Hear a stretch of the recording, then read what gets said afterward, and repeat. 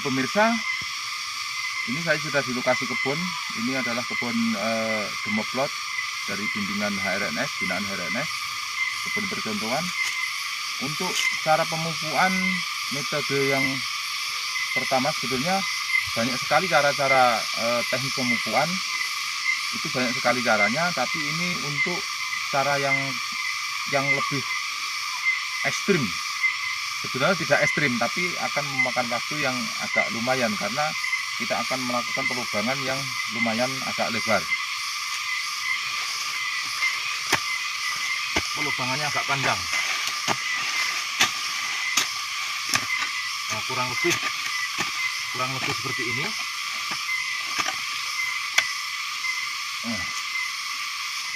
Dan untuk takaran per batangnya ini kurang lebih 2 centong makan. 2 centong makan ini kalau kita takar di bekas wadah minuman mineral,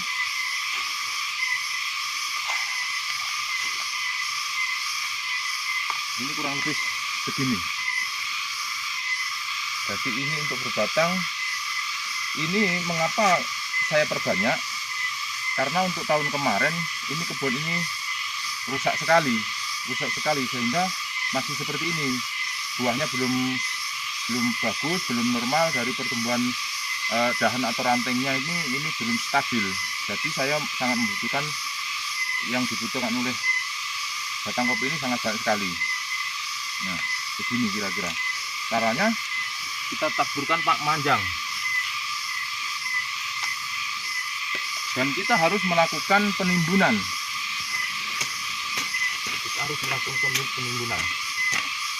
Mengapa harus kita lakukan penimbunan? Pertama, seandainya hujan ini tidak akan tergerus air atau tidak akan ikut air. Untuk yang kedua, seandainya belum kena hujan terlalu panas, dia tidak akan mengalami penguapan. Karena apa? Kita sangat disayangkan sekali kita memberi pupuk atau makanan pada kopi, khususnya kita tidak melakukan pelubangan, tidak melakukan penimbunan, maka gizi dari nutrisi pupuk tersebut akan menguap. Ibaratkan udara itu tidak nampak, tapi kita sebagai manusia sangat membutuhkan oksigen. Begitu juga dengan apa yang terkandung di dalam pupuk tersebut akan menguap. Itu sangat merugikan sekali, kurang lebih akan menguap sekitar 30%. Jadi akan hilang sia-sia. Maka kita harus melakukan pelubangan, dan kita harus setelah kita tabur harus melakukan penimbunan. Dan untuk sesi yang kedua, monggo Mas, kita cari tempat yang lebih lagi Mas.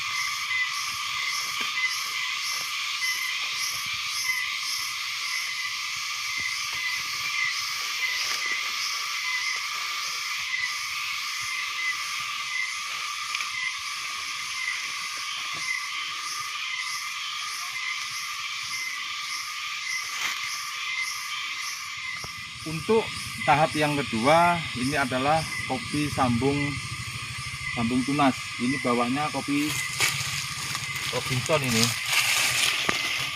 di kebun percontohan atau di Demoplot. Untuk cara pemupukan yang kedua, karena tadi mungkin akan memakan waktu atau tenaga yang agak lumayan banyak, ada cara mudah yang akan kita lakukan.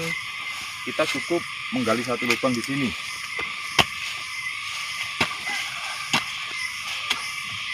Jangan lupa minimal kita memupuk itu jangan terlalu dekat, minimal kita melihat ujung ranting atau ujung daun, ujung ranting.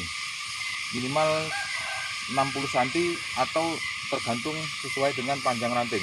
Dan kita akan melakukan satu lagi di sini.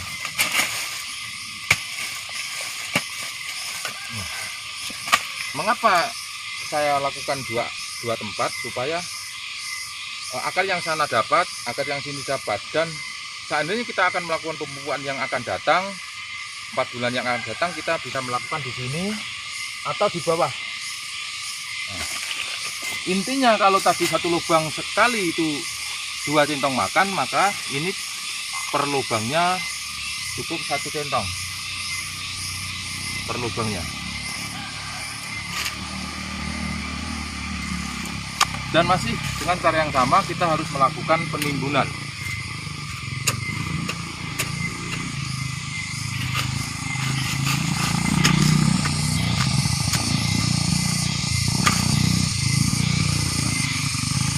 Dan ini masih satu lagi cara yang paling simpel yang akan kita lakukan. Tarik cepat langsung, Mas.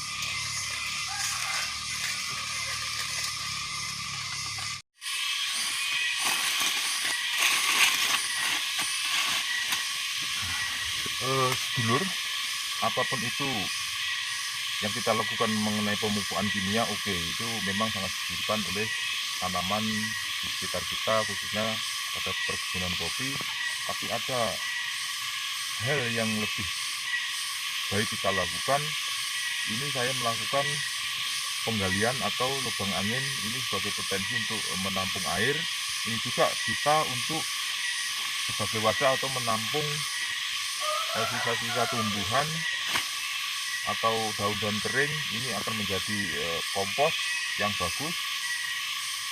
Dan ternyata ini juga akan mengurangi penggunaan pupuk kimia atau pengeluaran pendanaan untuk pembelian pupuk. Ini akan mengurangi karena apa? Kita sudah melakukan lubang angin sekarang seperti ini. Untuk ukuran ini yang saya buat kurang lebih panjang 1 meter, untuk lebarnya ini 65. Kedalaman itu sebetulnya tergantung kita, tapi kalau menurut saya jangan terlalu dalam, karena kalau terlalu dalam, kalau posisi tanah kita ini miring, ini akan terlalu tinggi, akan gantung. Jadi kita lakukan sekiranya, tapi kalau untuk tanah datar kurang lebih 40 cm lah, 35 sampai 40 cm. Ini potensi sangat bagus sekali karena akan mengurangi penggunaan pupuk kimia. Setelah kita harus mengisi wadah ini atau lubang ini dengan sisa kulit kopi, dengan kotoran kambing, dengan daun-daun kering, batang pisang, dan kayu-kayu busuk. Ini sangat bagus. Nah, untuk teknis yang ketiga, ini kita akan lakukan ini di mana ada ujung ranting, cukup 1 lubang saja. Cukup ada 1 lubang saja. Karena mengingat mungkin kita sulit mengenai tenaga kerja atau waktu yang kita gunakan mungkin terlalu tersita, maka kita seandainya tidak bisa melakukan manjang dua tempat, kita cukup melakukan dengan 1 tempat saja. Ini sudah bagus daripada tidak dilubang sama sekali. Dengan cara yang sama kita tetap menggunakan 2 centong makan. Masih dengan cara yang sama kita harus melakukan penimbunan. Mengapa untuk ini saya melakukan pelubangan di atas? Karena yang untuk kemarin-kemarin itu saya melakukan di bawah batangnya. Di bawah batangnya. Kalau tidak di bawah batangnya, kita bisa melakukan di sampingnya. Untuk pemupukan, misalkan untuk pemupukan yang pertama kita di samping kiri. Untuk pemupukan yang kedua kita di samping kanan, dan bisa yang ketiga kita lakukan di atasnya. Supaya apa? Akar itu bisa menjangkau semua, tidak cuma satu posisi atau satu arah saja. Terima kasih. Apa yang saya lakukan ini hasil dari kami sebagai kelompok tani Bina Karya, kelompok tani di Desa Mekarjaya. Kami kelompok tani di bawah binaan HRNS Oku Selatan, HRS Indonesia. Saya terima kasih sekali kepada HRNS. Karena apa? Karena masuknya HRNS ke wilayah kami, khususnya di Desa Mekarjaya, kami jadi banyak belajar, banyak mengerti apa yang selama ini belum kami ketahui. Ini kita bisa belajar bersama-sama, dan belajarnya itu tidak cuma teori saja, tapi kita bisa melakukan langsung di lokasi di kebun. Jadi dengan cara misalkan ini pemupukan, maka penerapan pemupukan seperti ini dan lain sebagainya.